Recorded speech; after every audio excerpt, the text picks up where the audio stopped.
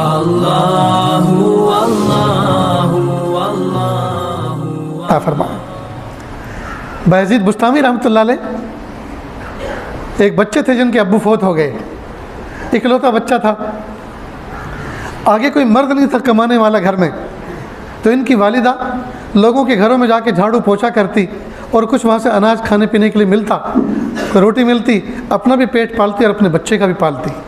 لیکن جب یہ پلٹ کے کام کر کے آتی تو دیکھتی بچہ محلے کے بچوں کے ساتھ مٹی میں کھیل رہا ہے، سوچتی جو کمانے والا تھا وہ تو چلا گیا اللہ کی رحمت میں قبرستان، اب کمانے کی ذمہ داری میرے ذمہ آ گئی، اب اس بچے کی تربیت کیسے ہوگی؟ بہت سوچا، اللہ سے دعا کی۔ ایک دن خیال آیا کہ پہاڑ کے دامن میں ایک مسجد ہے، وہاں ایک قاری صاحب بچوں کو حافظ قرآن بناتے ہیں، قاری قرآن بناتے ہیں، کیوں نہ میں اپنے بچے کو ان کی زیر تربیت چھوڑ دوں؟ چنانچہ بچے کو نہلایا دھلایا، سیاہی سرما لگایا اور انگلی پکڑ کے لے کے چلنا شروع کیا۔ بچہ پوچھتا رہا راستے بھر، امی تم کہاں لے کے جا رہی ہو؟ بیٹا فکر نہ کرو، میں تمہیں بڑا انسان بنانا چاہتی ہوں، عزت والا انسان بنانا چاہتی ہوں، بڑا انسان بنانے کے لے کے جا رہی ہوں۔ چنانچہ مسجد کے دروازے پہ پہنچی، استاد نے دیکھا کہ کوئی باحجاب عورت کھڑی ہے، فوراً دروازے پر آئے اور کہے بہن کیا کام ہے؟ کہ استاد جی قاری صاحب یہ میرا بچہ ہے، اس کو لے کر آئی ہوں، کیا آپ اس کو حافظ قرآن قاری قرآن عالم بنا دیں گے؟ کہا کیوں نہیں، میں تو اسی کام کے لیے بیٹھا ہوں، جہاں دوسرے بچے پڑھ رہے ہیں ایک بچہ اور صحیح۔ کہا قاری صاحب ایک بات سنیں، یہ بچہ یتیم ہے، اس کے ابو فوت ہو گئے ہیں، اس کو گھر آنے کا زیادہ موقع نہ دینا، کہیں ایسا نہ ہو یہ گھر آئے اور میری ممتا جوش میں آئے اور میں تعلیم سے اس کو محروم کر دوں کہ اکلوتا بیٹا ہے، باپ ہے نہیں، کیا پڑھانا، چلو اس کو اپنے گھر پہ رکھتی ہوں، یہ کہ میرے لیے کوئی بوجھ تو ہے نہیں، جب 9 مہینے پیٹ میں رہا تب بوجھ نہیں تھا، اب یہ دھرتی پہ پیر رکھ کے چل رہا ہے، اب کیا بوجھ ہوگا، جو روٹی مجھے ملتی ہے اسی سے اس کو کھلاؤں گے، کہیں ایسا نہ ہو کہ میری ممتا جوش میں آ جائے اور میں تعلیم سے اس کو محروم کر دوں۔ جب یہ بات کہی تو استاد چونک گئے۔ آج کل کے ماں باپ فلاحی دارین میں، جامعہ ڈابھیل میں بچوں کو لے کے جاتے ہیں اور پہلے دن پوچھتے ہیں چھٹی کا کیا نظام ہے، بچے کو کب لینے کے لیے آؤں، پہنچانے کیوں آئے تھے جی؟ اور وہاں کیا کہہ رہی ہے ماں؟ گھر آنے کا زیادہ موقع مت دینا، کہیں ایسا نہ ہو میری ممتا غالب آ جائے اور بچہ تعلیم سے محروم ہو جائے۔ اللہ کی شان، بچے کو چھوڑ کے چلے، بچے نے آخری نظر ماں کو دیکھا، ماں نے آخری نظر بچے کو دیکھا، جی دونوں رو لیے، ایک پتھر بچے نے اپنی چھاتی پہ رکھ لیا محبت کا، اور ایک پتھر ماں نے اپنے سینے پہ رکھ لیا، راستے پر روتے ہوئے اپنے گھر آ گئی۔ استاد نے بچے کو بہلایا سہلایا، سر پہ ہاتھ پھیرا، پڑھانا شروع کیا۔ معصوم بچہ، ٹوٹا ہوا دل، اللہ کی رحمتیں اس کے دل پر ہر وقت چھم چھم برستی تھی، دعائیں مانگتا تھا، نمازیں پڑھتا تھا، محبتوں سے پڑھتا تھا۔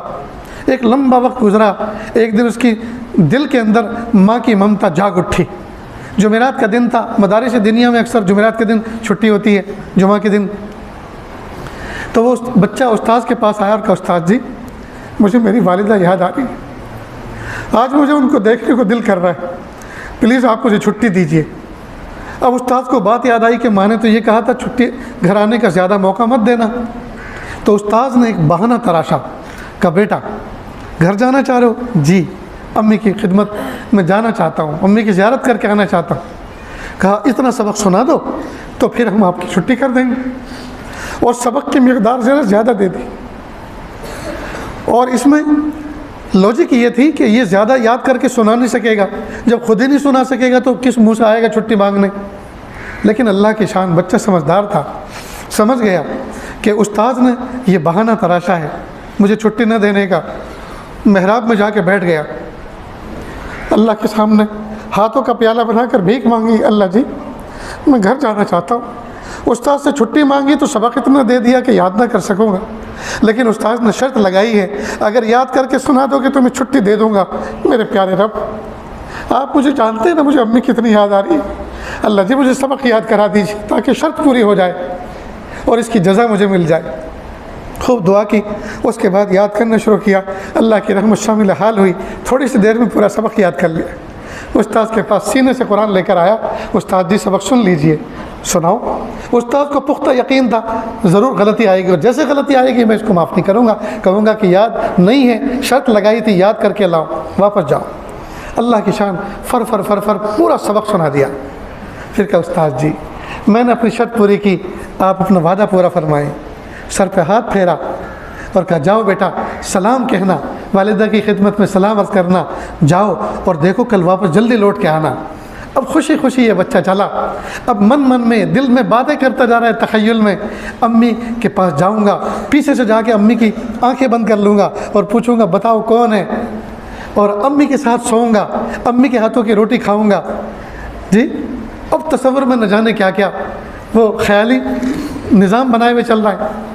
اللہ کی شان، گھر پہ اس وقت پہنچا جب مغرب کا مؤذن اذان دے رہا تھا، اور یہ شام کا وقت وہ ہوتا ہے جس میں اکثر پردیسیوں کو اپنا گھر یاد آتا ہے۔ ہم مدرسوں میں پڑھے ہیں، مدرسوں میں رہے ہیں، ہم سے پوچھو ادھر مسجد مؤذن صدائے لا الہ الا اللہ بلند کرتا تھا اور ادھر یہاں دل رونا شروع ہوتا تھا۔ شام کے وقت والدین ویسے بھی یاد آتے ہیں۔ اب مغرب کی اذان کا مؤذن اذان دے رہا تھا اور والدہ اندر کی کنڈی لگا کے وضو فرما رہی تھی نماز کے لیے۔ بچے نے دستک دی، ماں نے پوچھا من دق الباب، کس نے میرا دروازہ کھٹکھٹایا؟ امی دروازہ کھولو، میں آپ کا بایزید ہوں۔ ماں فوراً، ماں کو کھٹکا لگا، ماں کو ایک دھڑکا لگا کہ اوہو لگتا یہ ہے بچہ مدرسہ چھوڑ کے فرار ہو کر آ گیا ہے۔ تو ماں نے بدلے ہوئے انداز میں غصے میں کہا میرا بھی ایک بایزید تھا، میں نے تو اس کو نیکوکار بننے کے لیے، بڑا پرہیزگار بننے کے لیے ایک استاد کی خدمت میں زیر نگرانی مدرسے میں مسجد میں رکھا ہوا ہے، چھوڑا ہوا ہے۔ اب یہ کون بایزید ہے جو مجھے پریشان کر رہا ہے؟ یہ والا میرا بایزید نہیں ہو سکتا۔ جب بایزید نے یہ الفاظ سنے ناراضگی کے، کنڈی جو کھٹکھٹا رہا تھا چھوڑ دی اور ایک لمحے کے لیے سوچنے لگا، پھر نیچے اترا، مڑ گیا کہ اوہو اس دن جو میری والدہ نے استاذ کے حوالے میرا ہاتھ کیا تھا، اس دن یہ کہا تھا اس کو بڑا انسان بنا کے چھوڑنا، گھر آنے کا موقع مت دینا۔ لگتا یہ ہے میں وقت سے پہلے گھر آ گیا، وقت سے پہلے میں گھر آ گیا، میں بڑا انسان نہیں بنا، میں تو حافظ قرآن بھی پورا نہیں بنا۔ واپس چل گیا، راستے بھر روتا رہا، میری امی نے زیارت کا موقع نہیں دیا۔ ادھر والدہ کا حال یہ تھا، سجدے میں سر رکھ کے رو رہی تھی۔ پیارے اللہ، اس وقت تو آدمی اپنے دشمن کے لیے بھی دروازہ کھول دیتا ہے، اگر دشمن بھی سر سام کھٹکھٹائے اس کے لیے بھی دروازہ کھول دیتا۔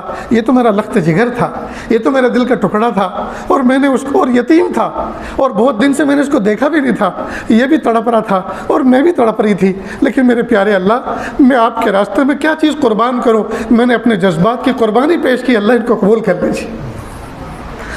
تو دیکھو یہ حفاظ ایسے نہیں بنتے، ایک طرف ماں نے اپنی چھاتی پہ پتھر رکھا، ایک طرف بچے نے اپنے سینے پہ پتھر رکھا، تب جا کر وہ بایزید بستامی بنا، جس کا تذکرہ آج ہم اس بادشاہی مسجد میں کر رہے ہیں اور آپ لوگ سن رہے ہیں۔